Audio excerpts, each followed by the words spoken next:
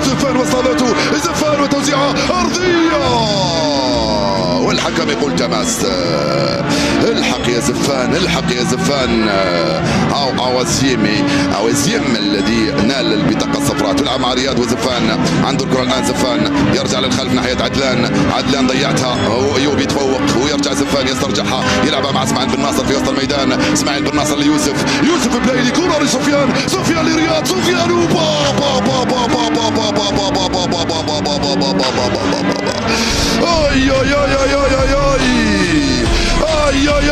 يا سفيان، رائعة الكرة هذه من يوسف بلايلي لسفيان.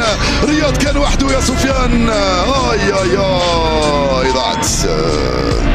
ضاعت الكرة هذه وكاد يأتي الهدف الثاني. الثواني الأخيرة نلعب الآن من الوقت الرسمي. وراس مدرب حراس المرمى مساعد رائع يعني. رياض بالراس يبحث عن سفيان، التغطية الدفاعية تروح لعدلان قديورة، عدلان يحطها لرياض، بعيد على رياض، راحت لكولينز في التماس. الدقيقة الأخيرة الآن من عمر المباراة. طبعا أنتم كلكم على الأعصاب، والله أنا مرتاح شوية، مش عارف يعني الطمأنينة اللي جاتني سبحان الله، لازم نبعتها لكم انتم في كل مكان.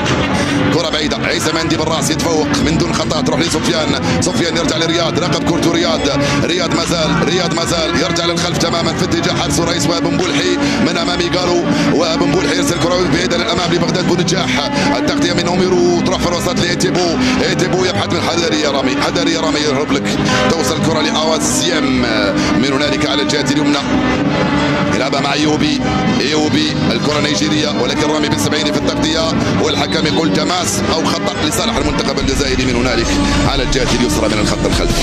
وقت الرسمي انتهى الان، سيحتسب الحكم 3 دقائق. جمال بالماضي لم يغير ولا لاعب، حبش يكسر رتمهم، خلاهم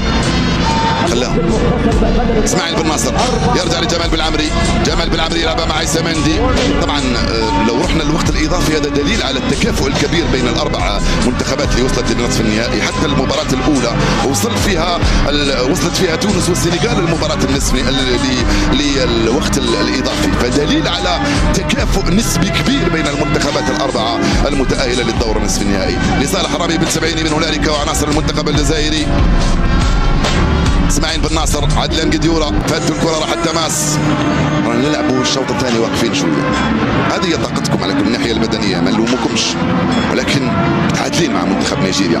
ايتيبو يضغط عليه من هنالك اسماعيل بن ناصر، وعدلان وبنجاح يضغط على الحارس أكبيوي. الكرة البعيدة عدلان قديورة بالراس تروح لجمال بالعمري، عيسى مندي